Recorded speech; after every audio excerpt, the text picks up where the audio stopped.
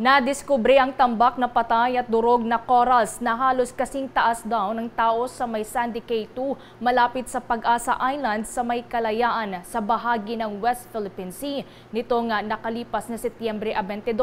Ayon sa mga eksperto, ito daw ang karaniwang paraan na ginagawa ng China bago simulan ang reclamation activities. Isa ito sa 4 na Sandy Cays malapit doon sa nasabing isla kung saan regular na namamataan ang mga barko ng Chinese Maritime Militia at maging ng mga Chinese Coast Guard. Kumpara naman sa 4 na case sa lugar, ang Sandy Cay 2 ang mayroong hindi pangkaraniwang nakatambak na patay na corals at hindi buhangin.